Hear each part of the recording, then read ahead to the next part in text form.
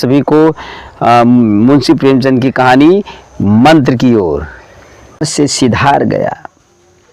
बूढ़े माँ बाप के जीवन का यही एक आधार था, इसी का मुंह देखकर वो जीते थे। एक अंतिम चिराग था। इस दीपक के बुझते ही जीवन की अंधेरी रात आ गई। ऐसा लगा कि जीवन भाए भाए करने लगी। बुढ़ापे की लाठी था वह 7 साल का लड़का। बुढ़ापे की विशाल ममता टूटे हुए हृदय से निकलकर उस अंधकार में अंतर स्वर में रोने लगी। कई साल गुजर गए। डॉक्टर चड्ढा ने खूब धन मान सम्मान वैभव पैसा खूब कमाया, लेकिन इसके साथ अपने स्वास्थ्य की रक्षा भी की, अपने स्वास्थ्य की रक्षा भी की, जो एक साधारण बातें थी। यह उनके नियमित जीवन का आशीर्वाद था कि 50 वर्ष की अवस्था में भी उनकी चुस्ती और फुर्ती युवकों को लज्जित करती थी। डॉक्टर साहब इतने शौकीन थे।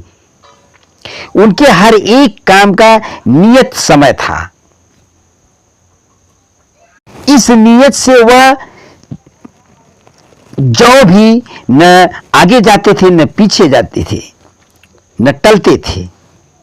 बहुत लोगों को हमने देखा है कि स्वास्थ्य का देखभाल तब करते हैं जब वो रोगी हो जाते हैं, पर डॉक्टर साहब अपने स्वास्थ्य का देख रेख खान पान धन दौलत के साथ जैसे कमाते गए वैसे करते चले गए। इसलिए आज भी 50 साल की उम्र में वो 50 साल के नहीं दिखते हैं।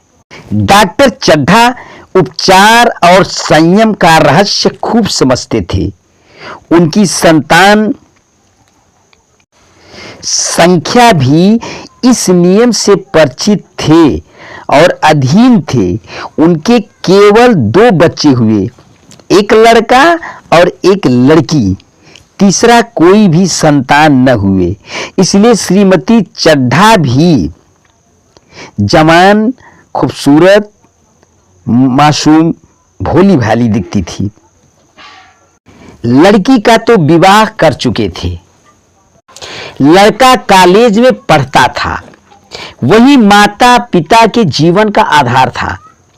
शील और विनय का पुतला बड़ा ही उदार और विनयशील था।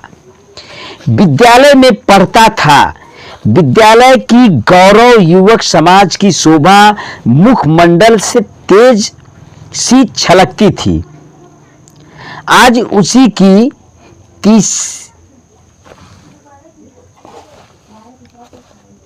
20वीं सालगिरह है, अर्थात जिसे हम मॉडर्न भाषा में बर्थडे कहते हैं और हमारी भाषा में, भारतीय भाषा में जन्मदिन है। तो आज डॉक्टर चड्ढा के बेटे का 20वां जन्मदिन है। संध्या का समय था। हरी हरी घास पर कुर्सियां बिछी हुई थी। शहर के रईस और हुक्काम, एक तरफ कॉलेज के छात्र अर्थात शहर के बड़े बड़े लोग आए थे। रईस से लेके तमाम तरीके के लोग आए थे। कॉलेज के छात्र भी आए थे, कुछ छात्राएं भी आई थी और सभी लोग जो है अलग अलग मूड में बैठे थे और कुछ लोग जो है भोजन भी कर रहे हैं। डेकोरेशन इतना बढ़िया किया गया था कि बिजली के प्रकाश से सारा मैदान जगमगा रहा था। आमोद प्रमोद का सामान भी जमा हो गया था। थोड़ी थोड़ी बाजा बज रहे थे। छोटा सा प्रहसन यानी खेलने की तैयारी भी थी। प्रहसन कैलाश नाथ ने स्वयं लिखा था। कैलाशनाथ यानी डॉक्टर चड्ढा का इकलौता